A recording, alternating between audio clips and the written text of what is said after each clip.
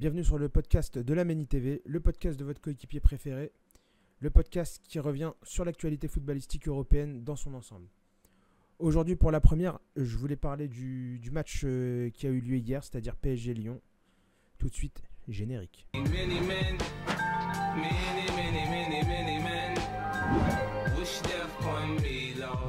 Pour commencer, on va poser le contexte. Paris est quasiment champion. Ok, ça c'est bon, c'est fait. Lyon a absolument besoin de prendre des points sur cette fin de championnat pour espérer même pour espérer toucher l'Europe sur cette fin de saison. Il reste quoi? Il reste 4 matchs maintenant. Je pense que c'était le meilleur moment pour Lyon d'affronter le PSG. Ils étaient encore dans l'euphorie du match contre le Barça. Et je pense vraiment que c'était le moment le plus intéressant. Alors beaucoup vont reprocher la composition un peu offensive de Pierre Sage. Moi je pense qu'il fallait, quitte à prendre une rouste, il fallait y aller à fond. Je pense que les équipes qui posent le plus de problèmes au PSG, c'est les équipes qui vont les chercher haut. Et c'est les équipes qui mettent un pressing intense sur les premières relances. C'est dommage de se faire cueillir au bout de 3 minutes et au bout de 6 minutes. Je pense que ça conditionne la suite de la rencontre. Le match était très intéressant. Il y a eu beaucoup d'actions des deux côtés. Un 4-2-3-1, je pense, ouais, c'est ça, c'est un 4-2-3-1 des deux côtés aussi. Donc les deux équipes avaient mis beaucoup d'atouts offensifs. Donc c'était Asensio qui était derrière Ramos, avec Kolo Muani à droite et Barcola à gauche, avec Zahir Emery et Vitinha derrière. Bon, c'est plus ça se transforme aussi en 4-3-3, ça dépend des situations.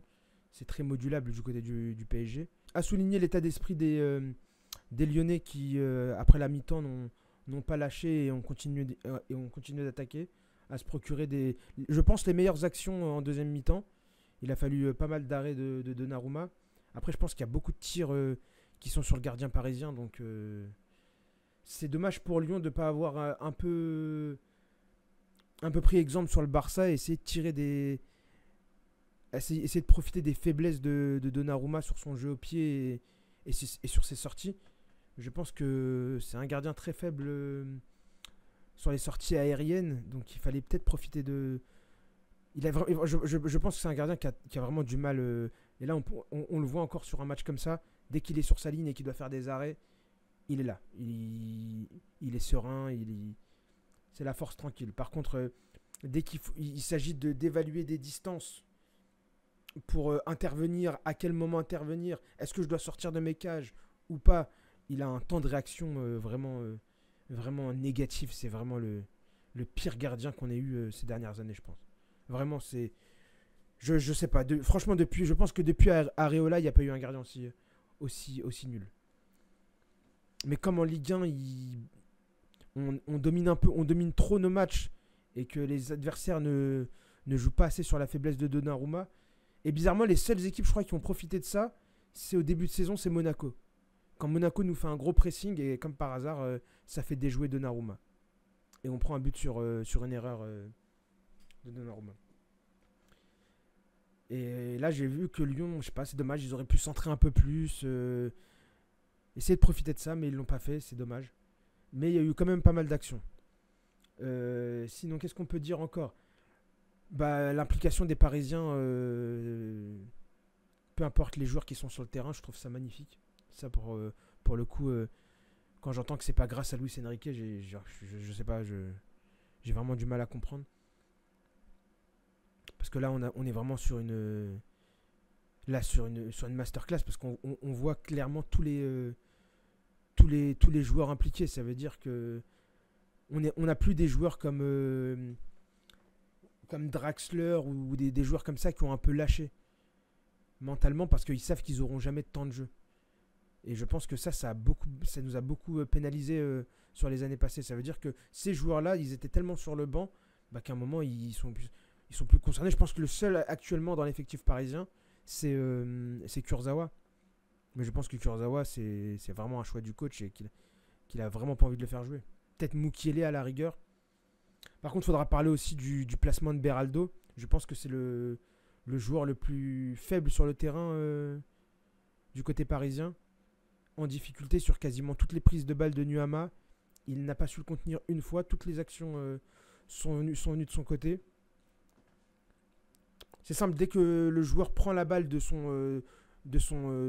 comment dire, du pied gauche pour rentrer, Beraldo il est en difficulté à chaque fois. À chaque fois. Et là, c'est là où je me demande, est-ce que Luis Enrique fait ça pour perfectionner le joueur, ou est-ce que vraiment il voit un avenir à Beraldo à ce poste? Parce que j'ai du mal à voir un avenir. Ce Beraldo, à chaque fois qu'il a joué défenseur gauche, ça a été toujours un problème. Souvenez-vous le match contre la Real Sociedad à l'aller. Là, c'est pareil. C'est même pas du niveau. On n'est même pas sur un bon défenseur gauche, quoi. C'est vraiment. Je sais pas, on est sur un top 10. Tu sais, je sais pas, top 10. Même pas sur une. Il pourrait même pas jouer. Par exemple, là, le 10ème, c'est Reims. Je sais même pas si Reims, ils le prennent pour jouer défenseur gauche. Mais je pense qu'il a ce truc de jouer à plusieurs postes pour vous perfectionner. C'est la seule explication que j'ai. Parce que sinon, vraiment, il faut vraiment qu'il arrête avec ça, parce que ça va être dangereux s'il fait ça sur nos prochains matchs de Ligue des Champions. Ça va nous coûter cher. Sinon, Danilo Pereira, c'est un peu comme d'habitude. Hein, je sais pas trop quoi penser. Je le trouve très faiblard. Il est sérieux, il est appliqué, mais franchement, vivement qu'on step up un petit peu à ce niveau-là, parce que quand Danilo il est sur le terrain, quand Skriniar il est sur le terrain, vraiment on est sur le niveau zéro en termes de défenseurs là, et surtout pour jouer comme ça en fait. Parce qu'à la rigueur, si on avait un jeu un peu comme le Real où on attend l'adversaire bas et on se projette derrière, mais là quand on veut être protagoniste, on veut avoir le ballon, on veut dominer, on veut avoir la possession, je trouve vraiment que ces joueurs-là sont pénalisants, mais c'est pas possible. Autant quand on a notre défense titulaire, ça veut dire Marquinhos, Lucas Hernandez, Nuno Mendes et Hakimi, qu'on n'a pas vu souvent. Mais ça, c'est du haut niveau. Autant quand on passe avec nos remplaçants, c'est très compliqué. Hein. Quand à la fin du match, il a fait rentrer Mukiele, Skriniar et comment il s'appelle, et Danilo qui était encore là, franchement, c'est waouh. C'est terrifiant. C'est vraiment terrifiant. Et encore une fois, Ramos qui répond présent à chaque fois qu'on fait appel à lui. Franchement, j'espère qu'il gagnera encore plus de temps de jeu. J'espère que ses soucis de santé sont derrière lui. Parce que là, on tient vraiment un très bon numéro 9. Par rapport à son temps de jeu et les buts marqués, honnêtement, on est sur un excellent ratio. Ah, c'est vrai que j'ai dit Beraldo le plus mauvais joueur. Maintenant, j'hésite entre lui et Colomboigny. Colomboigny qui nous... Dans un match comme ça où ton équipe elle met 4 buts, bah il en marque pas un, il est pas spécialement dangereux. Quand ça commence à combiner, il est toujours en décalé, il fait pas le bon choix, pas la bonne passe. On l'a payé 100 millions, je sais pas où on va avec ce gars. Mais voilà, mais bon, je préfère voir le bon côté. Encore Barcola qui est étincelant. C'est magnifique de voir un jeune comme ça aussi appliqué. Mayoulou, quand il rentre, pareil, il a la même énergie que Barcola. Ça fait plaisir à voir. En espérant que Xavi Simons revienne l'année prochaine aussi. On a quand même de la jeunesse pétrie de talent dans l'équipe. J'espère vraiment que l'année prochaine, on fera vraiment les bons choix et qu'on n'aura pas encore des joueurs à 60-80 millions qui sont remplaçants, et même en tant que remplaçants, je les trouve pas performants. Asensio qui fait plutôt un bon match, mais je trouve qu'il est quand même très inactif comme joueur. C'est vraiment Asensio aussi. Hein, je sais pas trop ce qu'on va en faire. Donc voilà, mais du côté lyonnais, Lacazette qui a été un peu effacé pour une fois, Cacré qui a été, je trouve, qui a été, j'allais dire très bon. Dans un match où tu perds 4-1, c'est compliqué, mais je trouve qu'il a été bon. Cherki qui n'a pas été mauvais dans l'utilisation de la balle aussi. Et après, pour le reste, hein, c'est compliqué. Hein. Lyon, il va falloir... je pense qu'ils ont une bonne équipe sur la ligne du milieu de terrain et sur la ligne de l'attaque. Par contre, sur la ligne défensive, il va falloir faire quelque chose. Je pense que tu peux pas espérer grand-chose quand tu as Maitland Nice, Jack O'Brien, Caleta-Sarr et Enrique, c'est dur. C'est très très dur. Je pense qu'il y a un... Et c'est là où je me dis, ils ont pris Mangala à un prix énorme, il joue pas. Est-ce que c'était pas mieux d'investir sur un gros défenseur de métier, un gros défenseur centre qui t'apporte une vraie solidité pour renforcer, ta défense? Parce que là, c'est dommage d'avoir un Mangala qui joue pas, parce que là, c'est sûr que Matic, Cacré, Tolisso, je les vois un petit peu devant Mangala quand même. Et comme en plus hier il joue qu'avec deux milieux de terrain, c'est sûr que Matic, Cacré, ils sont devant Tolisso et Mangala. Donc à voir pour la suite. Et puis voilà, hein, c'était un excellent match. Paris bat le Barça 4-1. Derrière, Paris s'impose contre Lyon 4-1. Donc le PSG s'envole vers le titre. C'est agréable de voir que l'équipe est toujours concernée malgré le fait qu'elle sache qu'elle est toujours qu'elle a 10 points d'avance, qu'elle est quasiment sûre d'être championne et qu'il y a des grandes échéances qui arrivent comme la finale de la Coupe de France, j'allais dire de la Ligue. La finale de la Coupe de France contre ce même Lyon, donc tu prends déjà un avantage psychologique contre Lyon. Et en sachant qu'il y a Dortmund qui arrive dans 10 jours, les joueurs sont toujours concernés, les remplaçants aussi. Donc le moral est au beau fixe. L'équipe est en bonne santé pour l'instant. Croisons les doigts. Il n'y a pas de blessés. Luis Enrique continue son turnover. Donc Fabien Ruiz n'a pas joué. Dembélé n'a pas joué. Kylian Mbappé n'a pas joué. Donc beaucoup de joueurs ont été préservés. Marquinhos est sorti à la 65e. Hakimi à la 77e avec Zahir Emery. Donc honnêtement, du côté parisien, tout est parfait. Je pense qu'il faut continuer dans ce sens-là. Il ne faut pas écouter les médias. Et Luis Enrique doit continuer à suivre sa feuille de route. Il est sur le bon chemin. Quoi qu'il arrive, la saison est une réussite pour le PSG. On aura fait mieux que l'année dernière sur toutes les compétitions. Et même dans l'état d'esprit, ça change. Ça fait du bien. On n'est pas dans des polémiques à la con.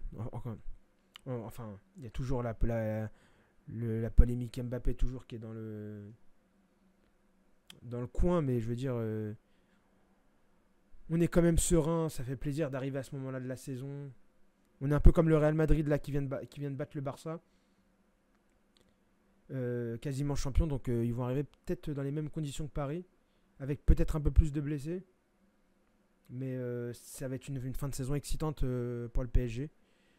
Donc attention à Lyon, je crois qu'il va affronter Monaco le 28. Ouais, ça le 28. Donc va falloir faire attention. Là, les matchs pour Lyon, ils vont être décisifs. Il reste 4 matchs et il reste que des j'allais dire il reste que des gros matchs, mais oui, il reste que c'est quasiment que des finales pour Lyon. Hein.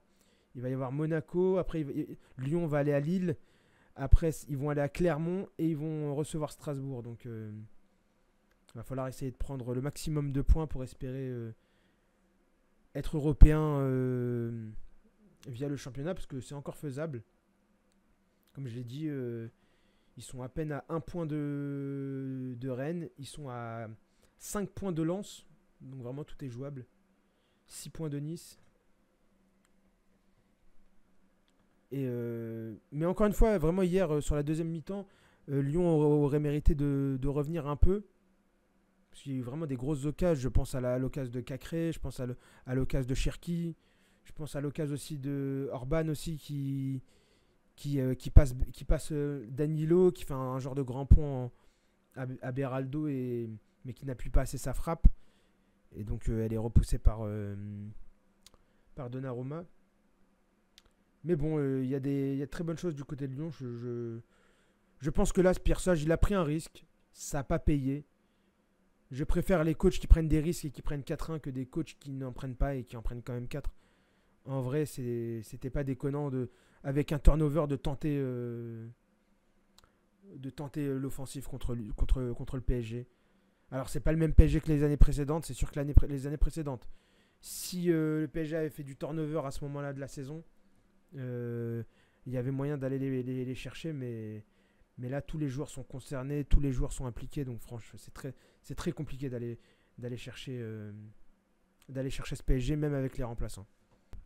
Top et flop sur ce match. Alors, côté parisien, mon top 3, ça va être Barcola, Ramos et Donnarumma. Donnarumma qui a fait un bon match dans les qualités qu'on lui connaît.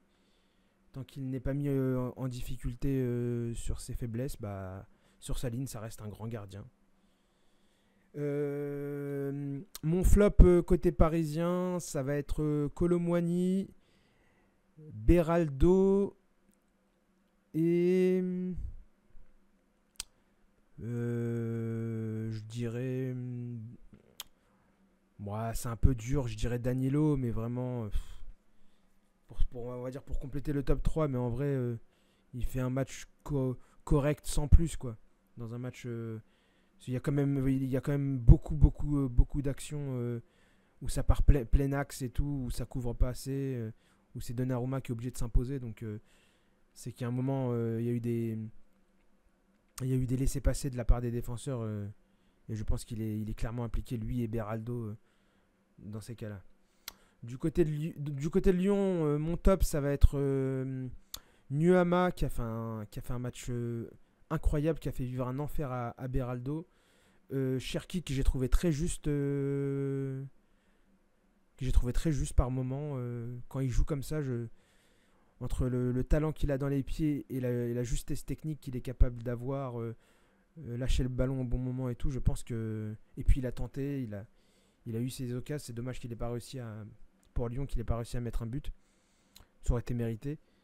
Et Cacré qui est métamorphosé depuis l'arrivée de Matic.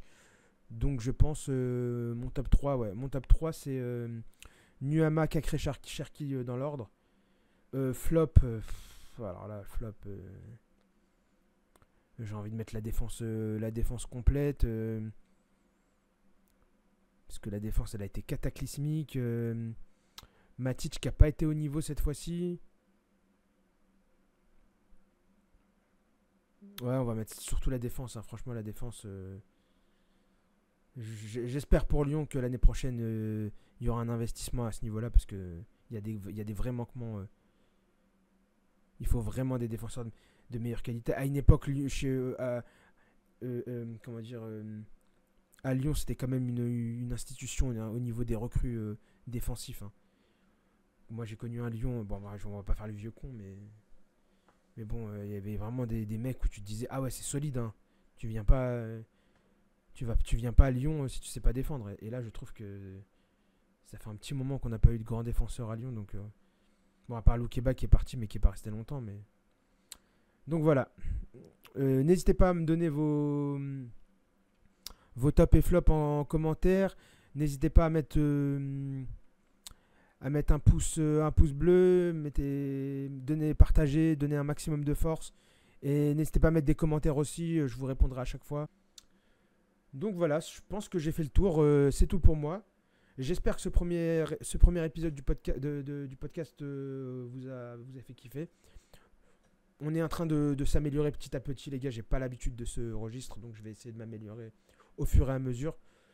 Je pense qu'il y aura plusieurs podcasts de manière régulière. Je vais essayer d'en faire de manière très, très régulière. Je vais essayer d'avoir des invités de temps en temps qui peuvent intervenir avec moi pour faire un petit podcast aussi. Et à l'avenir, si j'arrive même à faire des interviews, des trucs comme ça serait bien. J'aimerais bien pousser un peu la chaîne YouTube, qu'elle soit un peu plus originale, qu'elle ait sa propre identité. Et vous pouvez toujours me suivre sur les réseaux, les gars. Donc merci à tous pour ceux qui vont m'apporter du soutien. On va essayer de faire de notre mieux. Que ça marche ou ça marche pas. Le plus important, c'est que on prenne un maximum de plaisir. Et j'espère que vous en prendrez avec moi. Et je vous dis à bientôt en live ou sur un prochain podcast. Ciao les gars.